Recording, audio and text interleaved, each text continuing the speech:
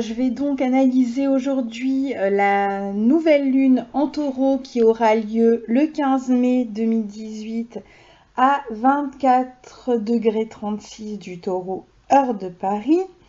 À savoir que je viens de mettre en ligne une vidéo concernant la rétrogradation de Mars en Verseau et en Capricorne. Que je continue à faire les analyses pour chaque signe mensuel et que donc pour cette vidéo de nouvelle lune, je ne vais pas faire du signe par signe à la fin de l'analyse de la nouvelle lune comme j'ai pu le faire dans la vidéo de Mars rétrograde ou dans celle que je fais évidemment chaque mois puisque c'est pour chaque signe ou ascendant que je prépare une vidéo. Donc je pense que vous avez déjà toutes les informations dans ces vidéos mensuelles et que je ne ferai que me répéter. Donc je m'en tiens à cette vidéo sur la nouvelle lune et je ne parlerai exclusivement que de la nouvelle lune. La nouvelle lune donc elle est dans ce signe du taureau et elle forme un trigone à Pluton et à Mars dans le signe des Capricornes. Alors, cette nouvelle lune va, comme à chaque nouvelle lune, nous amener vers un renouveau. Alors, qui dit renouveau dit fin aussi, hein, parce qu'on a tendance à parler de fin seulement pour la pleine lune. On dit qu'à la pleine lune, on arrive à la fin de quelque chose. En fait, à la pleine lune, c'est plutôt le moment où on est au summum de la maturation d'une situation. Alors ça peut être une situation qui est complètement mise en lumière grâce à l'opposition du soleil et de la lune, une situation qui arrive à une forme de maturation, etc. Mais on n'est pas vraiment dans le sens de la fin de quelque chose. C'est plutôt, on est à une étape importante concernant l'évolution de quelque chose. Mais le véritable départ, coup d'envoi, est donné par la nouvelle lune. Et donc, quelques jours avant, ça veut dire que quand la lune a été sur le point de se renouveler, elle est donc arrivée à ce moment-là à la fin de quelque chose. Donc la fin, c'est ce qui précède la nouvelle lune. Et on va dire que le premier croissant, d'ailleurs, certains astrologues prennent en considération le premier croissant de lune pour vraiment faire l'analyse de la nouvelle lune. Donc ils attendent un peu comme le font les musulmans pour le ramadan qui vont déclarer le point de départ du ramadan à partir du moment où le premier croissant de lune est vu dans le ciel, est observé à l'œil nu dans le ciel. De la même manière, certains astrologues analysent la nouvelle lune à partir de ce moment-là, mais sauf que c'est chaque mois. Donc, et là ça tombe bien parce qu'en plus je crois justement que ce sera la nouvelle lune du ramadan, cette nouvelle lune en taureau, donc le ramadan qui devrait commencer le 15 ou le 16 mai, puisque les musulmans en fait se réfèrent au mois lunaire justement, donc c'est à chaque nouvelle lune il y a un changement de mois. Donc, bon ramadan à ceux qui le pratiquent. Et puis pour les autres, donc cette nouvelle lune signe un renouveau, mais ça veut dire aussi que quelque chose s'est terminé ces derniers jours et que là on est prêt à prendre un nouveau départ. Et ce nouveau départ, il va être pris dans quel signe? Dans le signe du taureau, un signe de terre, un signe féminin, un signe sensuel, qui est relié à la fois à l'argent, à la sensualité, à l'art, à la nourriture, à la plénitude, à l'épanouissement des sens aussi, au plaisir, à une forme de créativité, à la fécondité en tout cas. Voilà pour ce signe du taureau. Donc c'est dans ces domaines-là en fait qu'on va prendre un nouveau départ et donc qui s'est terminé quelque chose aussi quelques jours plus tôt. Ce renouveau donc qui peut avoir lieu dans le domaine amoureux, dans le domaine créatif, dans le domaine matériel en particulier pour les taureaux bien sûr, Et ce né autour du 15 mai, entre le 12 et le 18, eh ben, on peut dire que vous allez avoir, en particulier ceux qui sont nés, je dirais même entre le 13, 14 et le 17 mai, vous avez ce thème de nouvelle lune dans votre révolution solaire. Donc ça annonce vraiment une année qui s'ouvre et qui va être extrêmement différente des années précédentes. Il va véritablement y avoir un renouveau pour vous dans le secteur où vous recevrez cette nouvelle lune, mais qui pourra toucher en particulier aux amours, à la créativité, à la fécondité, au domaine matériel, au plaisir, à la nourriture, une autre manière de se nourrir, etc. Donc ça va être un moment pour tous, pour ce mois, pendant ce mois de nouvelle lune, un moment de forte sensibilité, de douceur, on a envie de se faire plaisir, un moment de créativité. Et cette créativité peut s'exercer aussi bien dans le domaine, je disais, de la conception d'un enfant que celui de l'achat d'une maison, de la conception artistique aussi, où ça peut être se faire plaisir, redécorer sa maison, ça peut être prendre soin de soi, changer d'allure, etc. Vous aurez envie de vous tourner en tout cas vers des choses plus simples avec cette nouvelle lune à taureau. Donc avec la nouvelle lune en taureau, c'est bien de se tourner vers la nature, vers la nourriture saine, vers des réunions familiales quand les relations se passent bien, de vous tourner vers le beau, vers ce qui vous fait du bien, vers ce qui est bon aussi et de qualité. Pluton est au trigone de cette nouvelle lune et va renforcer vos sentiments, va vous rendre très fécond. C'est vraiment une excellente position pour la fécondité. Donc les taureaux, si vous avez envie d'avoir un enfant, c'est un mois pour essayer parce que vous allez, surtout si vous êtes autour de 25 degrés du 24-25 degrés du taureau, ça peut être un moment justement de très forte fécondité, un moment où les sentiments sont extrêmement forts, passionnés pour votre partenaire, pour votre famille, dans ce que vous faites aussi, vous avez besoin de ressentir cette passion, ce désir aussi de faire les choses, cette stimulation. Si vous faites une rencontre, elle sera en même temps passionnée, profonde et solide, puisqu'on est dans le signe du taureau. Donc il peut y avoir aussi des relations de longue date qui sont en train de s'approfondir en ce moment, qui sont en train de prendre un tournant et d'évoluer vers autre chose avec Pluton. Vous allez peut-être apprendre à mieux vous connaître en tant que relation, en tant que couple. Vous allez chercher à passer un cap dans la relation, mais de manière très naturelle. Il n'y a rien à forcer ici, les choses se font naturellement. Vous pouvez investir votre temps, votre énergie, votre argent pour construire votre couple, pour faire évoluer votre confort, pour faire évoluer vos revenus de manière solide pendant cette période. Sur le plan professionnel aussi, vous pouvez être en train de grandir, d'évoluer, de progresser et d'obtenir des résultats fructueux que vous avez peut-être attendus depuis un certain temps. La nouvelle lune est aussi opposée à Jupiter en Scorpion, même si l'opposition n'est pas appliquante. Donc malgré tout, vous n'êtes pas encore dans la position où la situation est arrivée à son terme. On est dans une période où on aimerait officialiser, notamment pour tout ce qui concerne les engagements, mais il reste des zones d'ombre, des objectifs à atteindre. Il y a des risques à prendre aussi à cette période. Il manque quelque chose pour ressentir complètement l'abondance. On sent qu'elle est là, que ça approche, mais il y a encore un effort à fournir. Peut-être que pour certains, c'est qu'une question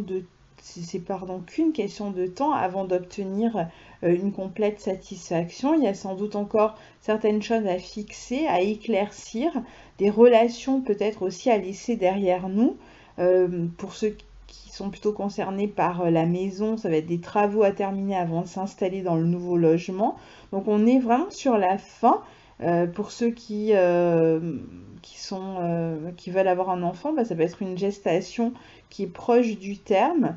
Et vous voyez ce genre de délai en fait, hein, qui ne retire rien à votre épanouissement, mais qui indique que l'on n'est pas encore complètement exactement à l'endroit qu'on attend. On est en train de récolter les fruits de ce que l'on attend, mais ce qu'on attend exactement arrivera d'ici la fin de l'année, hein, autour de l'automne au plus tard sans doute. En attendant, on peut vivre des moments heureux, réjouissants, on peut compter sur l'aide des autres pour avancer. On essaie de se compléter, de faire ensemble, de se soutenir. Certains attendent une décision juridique pour avancer. Pour certains, c'est un accord. Pour d'autres, c'est un contrat. Donc voilà, on commence déjà à avoir des soubresauts autour de nous. On voit que ça avance, mais on n'est pas encore au bout du chemin. Dans cette carte de nouvelle lune, on a aussi une conjonction Mercure-Uranus.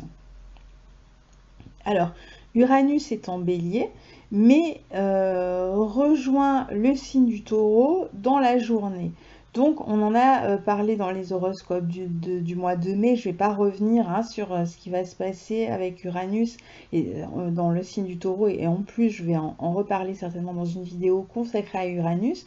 Donc, je vais pas vraiment revenir dans le détail, mais on sent ici beaucoup de communication, de déplacement, peut-être des nouvelles qui arrivent, des lettres qu'on attendait, un signe, un coup de téléphone, etc. qu'on attendait et qui enfin, qu'on reçoit enfin, des déplacements, des projets qui se forment en groupe ou entre amis, des projets de voyage peut-être aussi, des projets d'association, des projets de collaboration professionnelle, des projets de réunion amicale où il va falloir réconcilier des avis divergents, des volontés qui peuvent s'affronter, des désaccords qui peuvent naître aussi, des conflits qui peuvent être compliqués à gérer, car certains vont vouloir se singulariser, tandis que d'autres chercheront à se cacher derrière le groupe, ou derrière des traditions, ou derrière la famille, ou derrière une culture, derrière quelque chose, pour finalement ne pas avancer.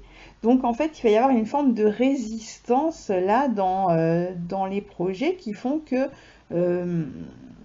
ceux qui n'ont pas envie d'avancer trouveront une raison autour d'eux, la famille, la culture, je sais pas, la religion, les traditions, etc., pour ne pas faire en sorte d'avancer et de se renouveler. Et ceux qui veulent avancer vont se heurter à ces questions-là qu'on leur met en avant pour les empêcher d'avancer. Donc même au niveau des couples, ça peut être un peu compliqué cet aspect.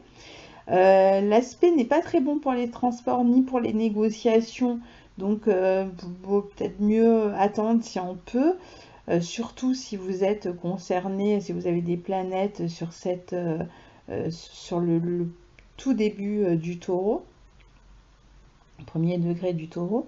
Les relations avec la fratrie peuvent s'avérer un peu conflictuelles aussi. Donc il faudra, avec le trigone de Saturne, reconnaître sa responsabilité dans tous les conflits si on veut les apaiser, prendre la responsabilité de ses idées, prendre la responsabilité de ses paroles, de ses pensées, de ses engagements, de se montrer mature dans son expression, d'essayer de s'organiser aussi plutôt que de s'exprimer dans le brouhaha ambiant et inaudible. Mais on peut avoir des discussions vives et stimulantes pendant cette période. On peut aussi avoir à travailler en groupe pour répéter un spectacle, une conférence, n'importe quoi qui a besoin d'être répété. Mais si on sent qu'il y a beaucoup de nervosité, il y aura néanmoins une forme d'émulation. Donc on est un peu, il faut trouver l'équilibre entre la nervosité et la stimulation. Il peut y en avoir aussi qui travaillent au dernier moment, qui ont des examens à passer, qui sont sur une forme d'excitation. Et donc là, Saturne vous dit, organisez-vous, faites un petit peu chaque jour, soyez persévérant, allez jusqu'au bout et ça devrait bien se passer. Évitez de tout faire au dernier moment. Donc il s'agit vraiment de canaliser son énergie, son action et de se montrer responsable et impliqué dans les engagements que l'on prend ou les projets qui nous attendent. La communication est un peu rude aussi, mais elle peut aussi aider à exprimer des choses qui sont restées longtemps étouffées. Donc il faudra chercher des solutions pratiques, essayer de penser concret, pragmatique, en s'appuyant sur son expérience pour éviter de répéter les mêmes erreurs. Les personnes expérimentées peuvent être de bons conseils aussi. Alors ça va être soit on s'appuie sur l'organisation, la persévérance, sur le temps, sur voilà, la faculté de gérer les choses, d'être un bon gestionnaire, soit on s'appuie sur les conseils de personnes plus âgées que nous ou qui ont déjà expérimenté les expériences qu'on est en train de traverser et qui peuvent nous aider, donc des conseillers éventuellement aussi. Il faut s'attendre quand même à pas mal de contestations et de révoltes pendant ce mois. Surtout peut-être au sujet de questions matérielles. Il y a peut-être un désaccord important là au sujet des questions matérielles, au sujet des salaires, etc. Vénus qui maîtrise cette nouvelle lune est en Gémeaux. Donc l'une des solutions, c'est évidemment le dialogue. Un dialogue équitable où chacun écoute l'autre, une forme de légèreté aussi, d'humour, de recul selon la situation que vous rencontrez. Vénus forme un sextile à Mercure-Uranus, donc il y a des accords possibles malgré tout quand le dialogue est ouvert, mais Vénus forme aussi un carré à Neptune. Donc il y a des accords possibles, mais on peut aussi vous dire exactement ce que vous avez envie d'entendre et il peut y avoir des paroles trompeuses, des beaux parleurs qui essaient simplement d'obtenir un gain, de servir leurs intérêts en vous disant ou vous promettant ce que vous souhaitez entendre. Donc restons méfiants quand même, même si en même temps le carré entre Vénus et Neptune va être extrêmement romantique, propice au romantisme, propice à la créativité et encore une fois à la fécondité. Donc si vous écrivez, etc., bon, c'est un aspect où vous allez vous sentir inspiré. Si vous faites de la musique, c'est pareil. Si vous écrivez de la poésie, des romans, surtout si vous travaillez à deux, à deux mains, là, il peut y avoir des collaborations très intéressantes sur le plan artistique en ce moment. Il peut y avoir aussi, donc, avec ce carré Neptune-Vénus, un manque d'engagement dans les paroles. On peut chercher à prouver sa séduction plutôt qu'à vraiment avoir envie de s'engager. Donc, quel que soit le domaine, restons plutôt légers pendant cette période-là. La nouvelle lune en taureau n'est pas dans un signe léger, hein, c'est pas du tout ce qu'on pourrait dire du taureau, mais c'est un signe ancré. Mais Vénus en Gémeaux montre que pour pouvoir avancer pendant cette période-là et se renouveler au niveau matériel et au niveau même relationnel, au niveau affectif, ou dans tous les domaines liés au taureau dans lesquels on a envie de se renouveler, artistique, etc., ça passe par la communication et par la collaboration. C'est ce que je dirais finalement pour résumer cette nouvelle lune. Et c'est valable finalement dans tous les domaines. Collaborez, mais faites attention aux paroles qui sont dites, que ce soit les vôtres ou celles qu'on vous dit, puisque il peut y avoir parfois un peu des promesses en l'air qui facilitent un petit peu le moment, mais qui ne donnent rien de concret. Donc il faudra vraiment faire attention à ça. Voilà pour cette nouvelle lune dans le signe du taureau. Et je vous retrouve à la fin du mois pour les horoscopes signe par signe du mois de juin. Au revoir.